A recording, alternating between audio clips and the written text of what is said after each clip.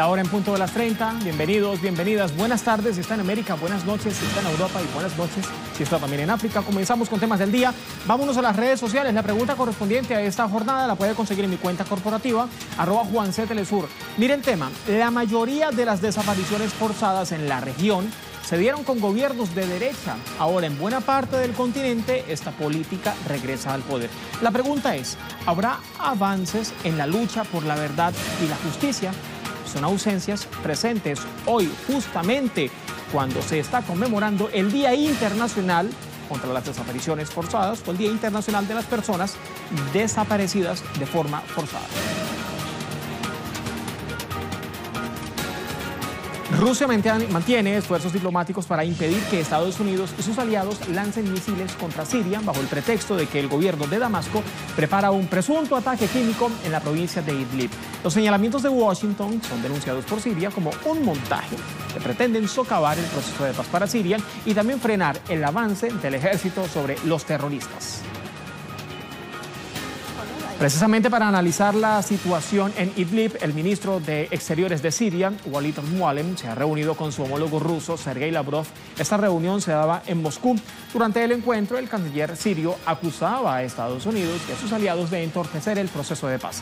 Además, estaba afirmando que las potencias occidentales no están contentas con el éxito de la lucha antiterrorista que ha impulsado Damasco. Mientras tanto, el canciller de Rusia, Sergei Lavrov, que ve en pantalla, ha señalado que están dadas todas las condiciones para el retorno de los refugiados a Siria y también para el restablecimiento de la normalidad en el país. Sumamos datos. En una rueda de prensa, la vocera de la Cancillería de Rusia, María Zaharova, criticaba la postura bélica del gobierno de los Estados Unidos en relación a Siria. Además, estaba asegurando que el gobierno de Damasco no tiene la capacidad de realizar un ataque químico.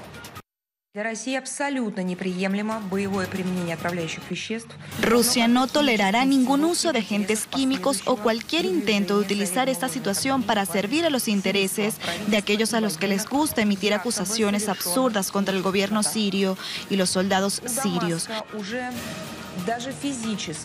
Damasco no puede hacer esto físicamente.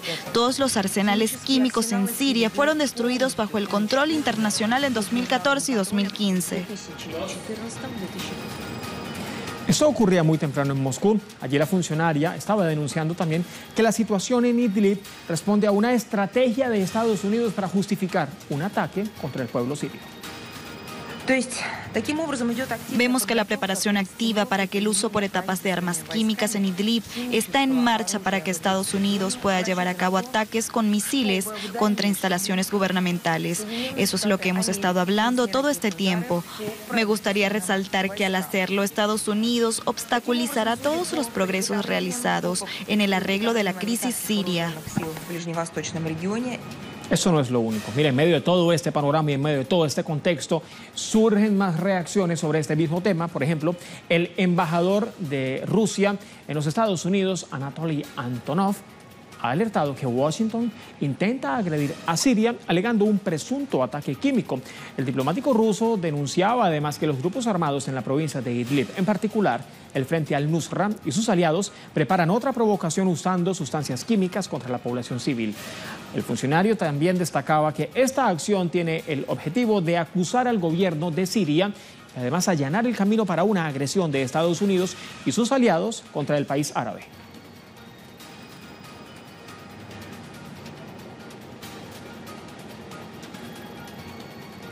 Ya me voy hasta Rusia. Hansel Oro, más detalles.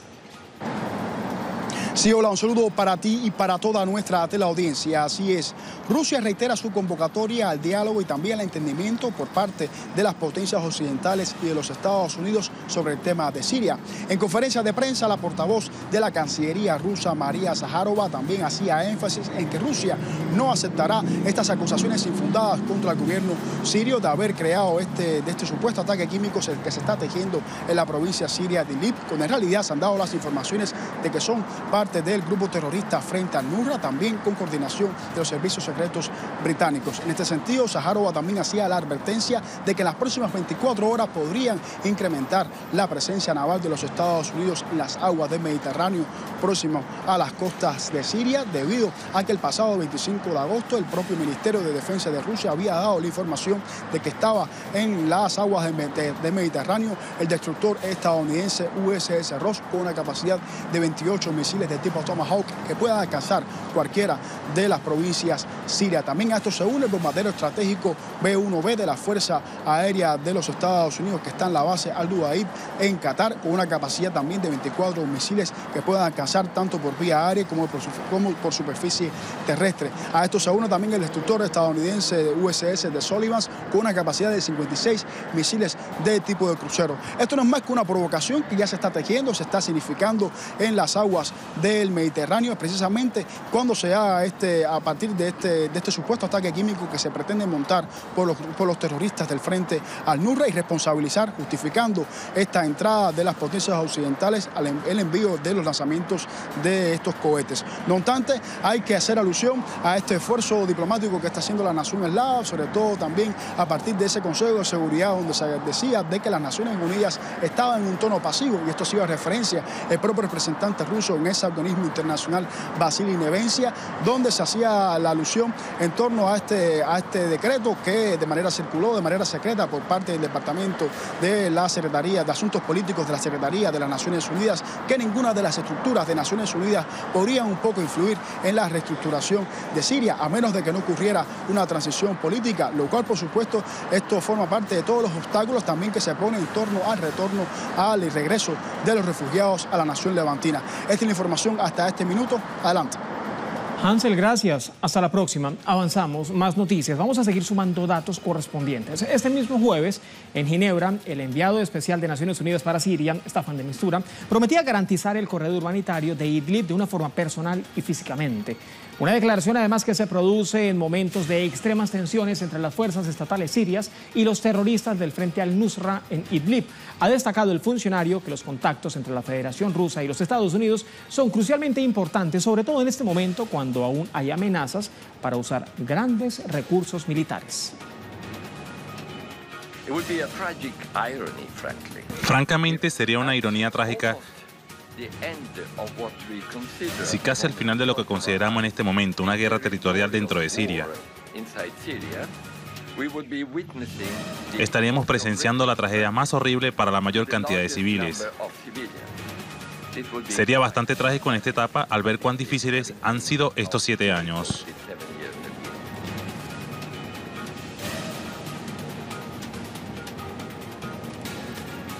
Bueno, pero la amenaza de Estados Unidos de atacar nuevamente a Siria se produce en momentos en que el gobierno de ese país árabe, el gobierno del presidente Bashar al-Assad y sus aliados han movilizado tropas y equipo militar hasta la provincia de Idlib. Y esto lo han hecho con el propósito de iniciar una ofensiva para derrotar al Frente al-Nusra, que está presente en la región. Desde el gobierno han asegurado que integrantes del grupo terrorista tratan de impedir la evacuación de civiles de Idlib, que adelantan las autoridades.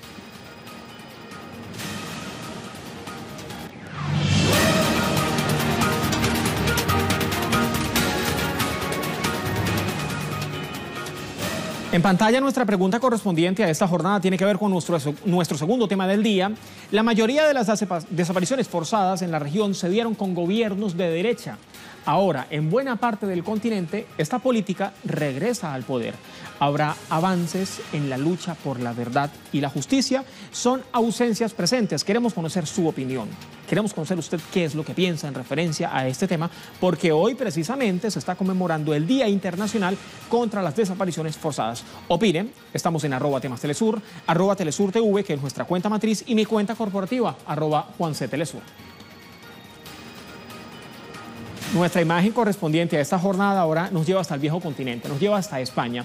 Allí, en medio de los debates por la exhumación de los restos de Francisco Franco Bahamonde, apareció en la calle un grafiti con la cara de este personaje de la política española y el cuerpo de Frankenstein, con una leyenda al costado que reza, y abro las comillas, despertar el pasado, y es algunas de las cosas que han pensado y que piensan algunos que no se debe agitar el avispero que representa así la discusión de la presencia del cuerpo de Franco Bahamonde en el Valle de los Caídos y que todo tiene que quedar como está. Y la leyenda es esa, despertar el pasado. Ahora, lo cierto es que al final de esta historia no tiene una predicción posible, no podemos saber, no podemos dar de primera mano algún acontecimiento de lo que vaya a ocurrir porque simple y sencillamente habrá que esperar. Con esta imagen nos vamos a la pausa, ya venimos, esto es Temas del Día.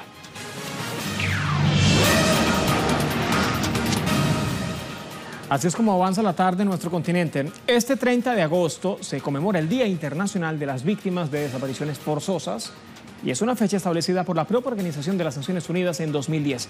Sepa más sobre esta fecha con este segundo tema del día. La desaparición forzada se define como el arresto, la detención, el secuestro o cualquier otra forma de privación de libertad que sean obras de agentes del Estado o por personas que actúan con la autorización o con el apoyo del propio Estado. Este crimen ha sido cometido principalmente por dictaduras que gobernaron de facto durante el siglo XX. Sin embargo, es un delito que se sigue perpetrando en diferentes países y esto ocurre en todo el planeta prácticamente, ¿no? Se ve reflejado prácticamente a diario con las denuncias que se hacen y que se dan a conocer mediante los medios de comunicación. Sus víctimas son fundamentalmente militantes, activistas o todo aquel que sea considerado subversivo por el poder de turno o el que se oponga a los intereses de sus captores.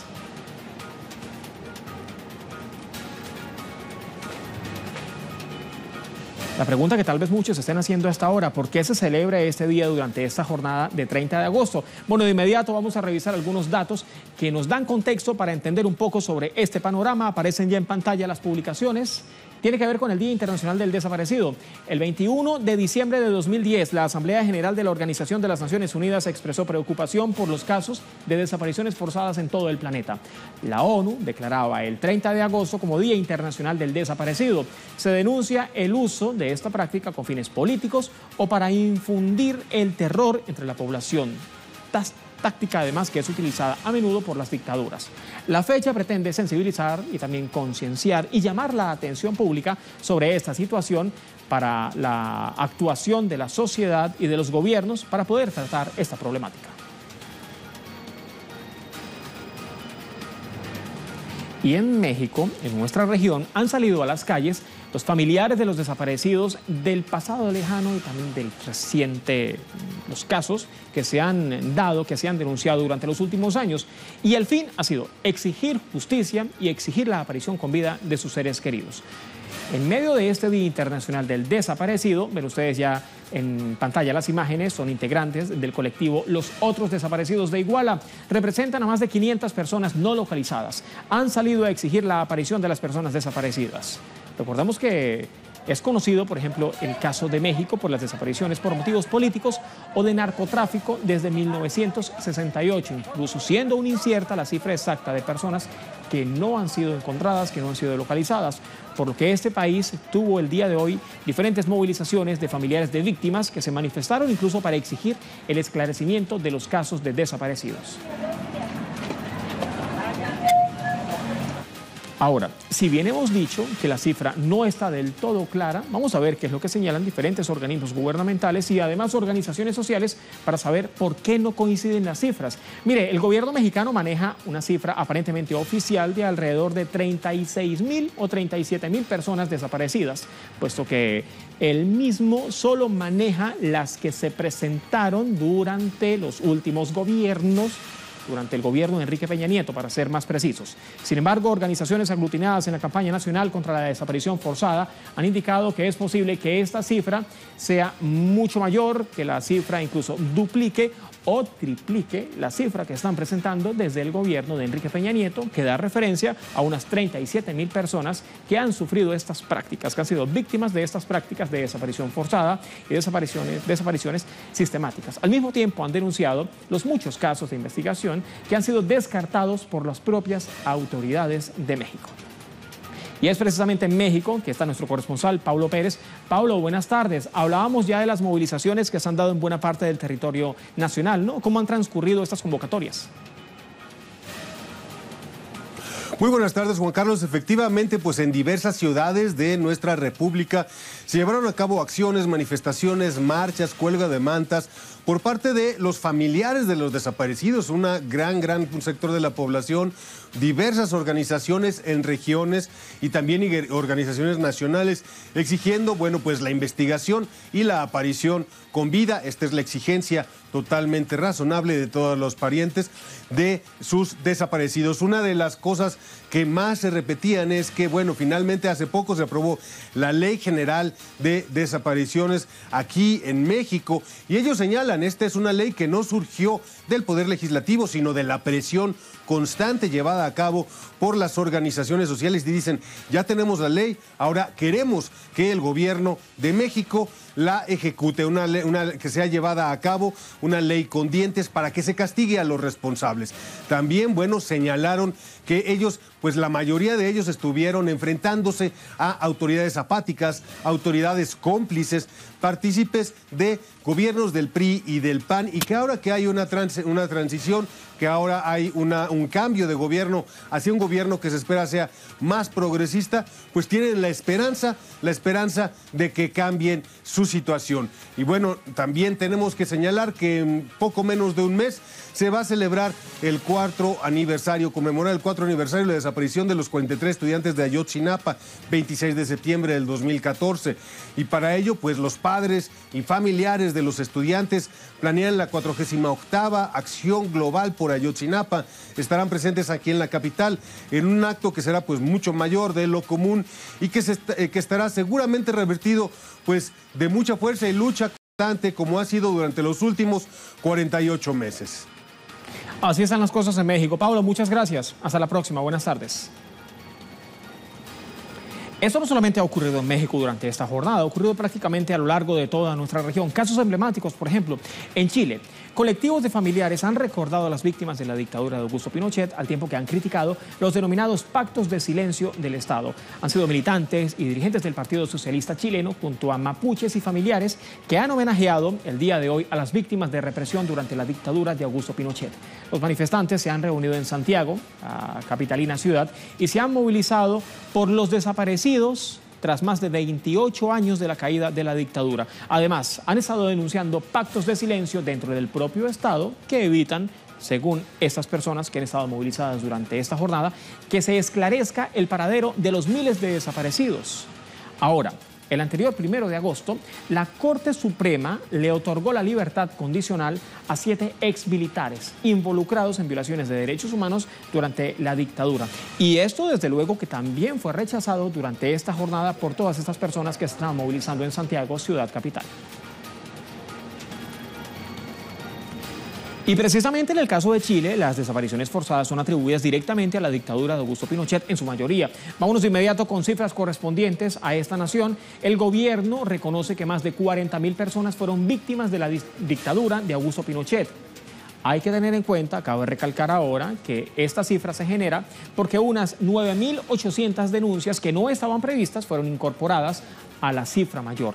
También organizaciones sociales han criticado que más de 22.000 denuncias fueron rechazadas, cifra además que consideran es realmente alarmante. Y entre todas estas víctimas se cuentan cerca de 3.065 personas que se encuentran desaparecidas o que simplemente están muertas, es decir, de las que nada se sabe hasta el momento. Esto ocurría entre 1973 y 1990 por la dictadura, aún sin procesarse las denuncias.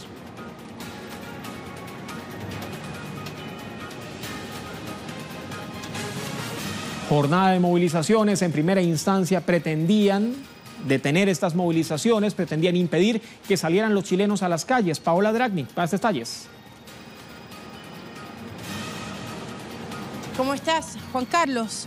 En una tarde fría, en un día frío, y la gente, los familiares de estos detenidos desaparecidos que nunca aparecieron, trataron de marchar, de instalar estas fotografías por la avenida de la Alameda hacia La Moneda, y justamente Fuerzas Especiales irrumpe en esta manifestación. Habían incluso familiares en silla de rueda, ya mujeres de edad que nunca supieron dónde quedaron sus hijos. Finalmente, en algo bastante inédito, Juan Carlos, la policía repliega, desaparece y los familiares pueden marchar y llegar hasta La Moneda en un acto realmente emotivo porque plantaron fotografías de sus familiares al frente del Palacio de La Moneda y lo hicieron de forma tranquila. Ni siquiera un carabinero estaba ahí para molestarla. Nunca habíamos visto esto, hay que decirlo, hay que ser justos también. Pero mientras esto ocurría en el Palacio de La Moneda, en 3 cuadras más allá, en el ex Congreso, la comisión de la Cámara de Diputados que está encargada de revisar la acusación constitucional contra los jueces que dejaron libres a 7 de estos criminales comenzó a sesionar expertos en derecho para analizar si estos jueces están apegados a derecho o no. Esta ha sido una polémica, Juan Carlos, muy importante aquí, porque Chile ha suscrito convenios internacionales de derechos humanos en los que los crímenes de lesa humanidad, primero, no prescriben y segundo, cuando hay culpables condenados, no tienen derecho a ningún beneficio. La Corte Suprema chilena ha dicho que sí, que estos 7 pueden ser beneficiados y de hecho se les ha dado la libertad. Esto ha generado una tremenda controversia. Por un lado, los familiares que conmemoran este doloroso día con 7 de estos criminales libres, criminales que no pidieron perdón, que nunca ni siquiera dijeron dónde estaban los cuerpos de sus víctimas. Así es que una polémica en este día que tiene para 10 días más, porque la comisión seguirá sesionando y hasta el próximo viernes los jueces acusados constitucionalmente tienen tiempo para apelar. Y en esta situación salió de su despacho el presidente de la Corte Suprema, algo inédito, Juan Carlos, en Chile. Los periodistas no tenemos mucha chance de hablar con él, pues él salió, citó a los periodistas y explicó que él respaldaba esta decisión de los jueces. Y cuando Teare Valenzuela, nuestra compañera, lo emplazó y le preguntó por qué la Corte Suprema desafiaba los convenios internacionales, el presidente de la Corte Suprema chilena, Haroldo Brito, relativizó estos convenios y dijo que todo había que ponderarlo. Así es que una discusión que comienza hoy y que se va a extender durante toda la próxima semana, previa al 11 de septiembre, el día del golpe militar que hace 45 años le robó la democracia, y también los familiares a estas personas que marcharon hoy día exigiendo justicia.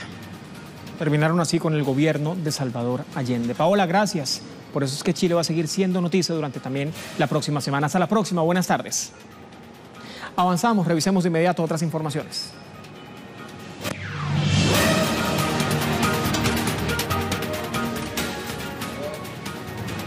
Otros temas que se han desarrollado a lo largo de esta jornada en otros países. Luis Tavera, corresponsal de Telesur en Venezuela, información que se ha dado cerca del mediodía, tiempo local en ese país. El vicepresidente sectorial de Economía, Tarek El Aizami, ha dado a conocer un total de 17 industrias, tanto nacionales como internacionales, que firmaron un compromiso de precios en materia de productos de higiene personal.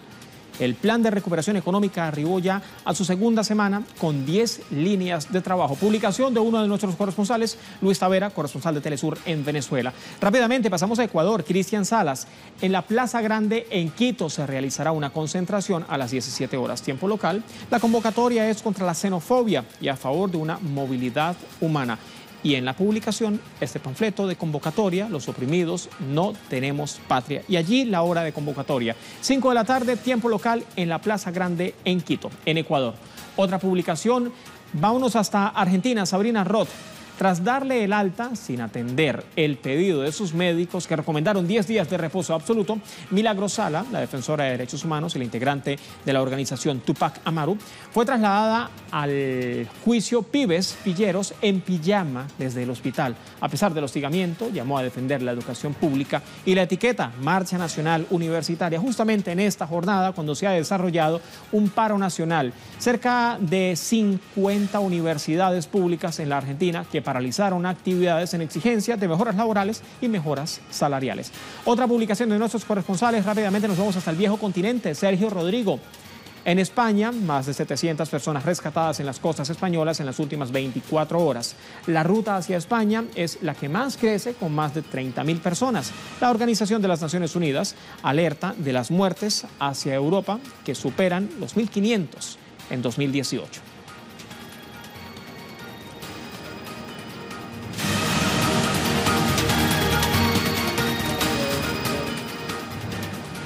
Nuestro tema en desarrollo nos lleva ahora hasta Colombia. Ese país tiene no pocos ojos sobre ellos, sino que muy por el contrario. Mira, por ejemplo, el presidente del gobierno español, Pedro Sánchez, se ha reunido durante esta jornada con el presidente colombiano, Iván Duque. Y además, este país, Colombia, se alista para comenzar los ejercicios militares, los denominados UNITAS 2018. Paola Fernández tiene todos los detalles. Paola, buenas tardes. Buenas tardes, Juan Carlos, para usted y para todos los televidentes. Como usted lo mencionaba, por un lado está la serie de prácticas navales que se van a adelantar en Colombia, donde participan 13 países, lo que ha sido considerado aparte por las bases militares de Estados Unidos instaladas en distintas zonas de Sudamérica como una amenaza para la región, principalmente porque la mayoría de ellas están ubicadas en Colombia, en la frontera colombo-venezolana, y ha sido también considerado como una amenaza para la soberanía de Colombia y de Venezuela por una posible intervención militar.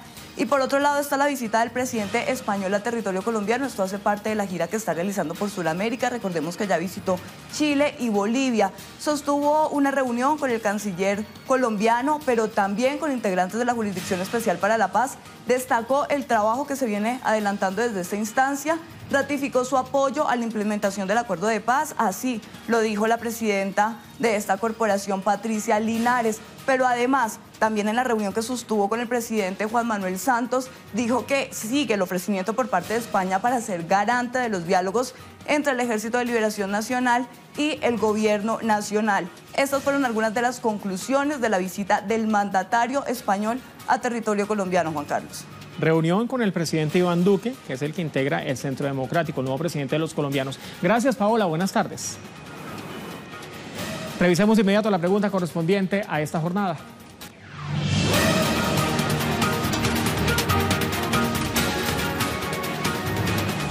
En pantalla la publicación tenía que ver con nuestro segundo tema del día, el Día Internacional de la lucha contra las desapariciones forzadas, o el Día Internacional por las Desapariciones Forzadas, que busca justicia, memoria y verdad ante las víctimas de este flagelo, porque son ausencias que están presentes. En pantalla de la publicación les decía, la mayoría de las desapariciones forzadas en la región se dieron con gobiernos de derecha. Ahora en buena parte del continente esta política regresa al poder.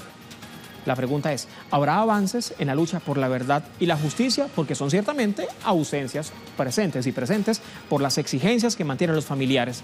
Respuestas, las ve en pantalla, Sabrina Roth. En el caso de Argentina, muchos de los que gobiernan hoy se beneficiaron y promovieron las políticas económicas que impulsó la dictadura. Y de hecho, están implementando ahora el mismo programa, sin juicio y castigo a los responsables militares y a los civiles. No hay futuro posible. Otra de sus respuestas, Edith, no rotundo. Mientras la derecha permanezca en el poder en la región, no habrá verdad y justicia. Incluso lo utilizan de etiqueta para las víctimas de las desapariciones forzadas, ya que su ideología es contraria al ejercicio de los derechos humanos. Muchos fueron parte o bien apoyaron las dictaduras. Otra publicación, otra de sus respuestas, aparece ya en pantalla, Guillermo Lescano. Solo en algunas regiones habrá avances sobre la verdad y la justicia. Muchos países están guionados por Estados Unidos vía embajadas y consulados. Hay una injerencia como jamás se ha visto en América por parte del hegemón, y entre paréntesis lo menciona, Estados Unidos. La pregunta sigue en redes sociales, sigue a esperas de más de sus respuestas. Las puede ubicar en @JuanCTelesur, que es mi cuenta corporativa, y también está publicada en @TemasTelesur, la cuenta corporativa del programa. La mayoría de las desapariciones forzadas en la región se dieron con gobiernos de derecha. Ahora en buena parte del continente esta política regresa al poder. La pregunta es, ¿habrá avances en la lucha por la verdad y la justicia? Son ausencias presentes. Así las cosas, llegamos al final. Será hasta la próxima. Tenga muy buena jornada. Ya vienen las culturales con Daniela Bielman.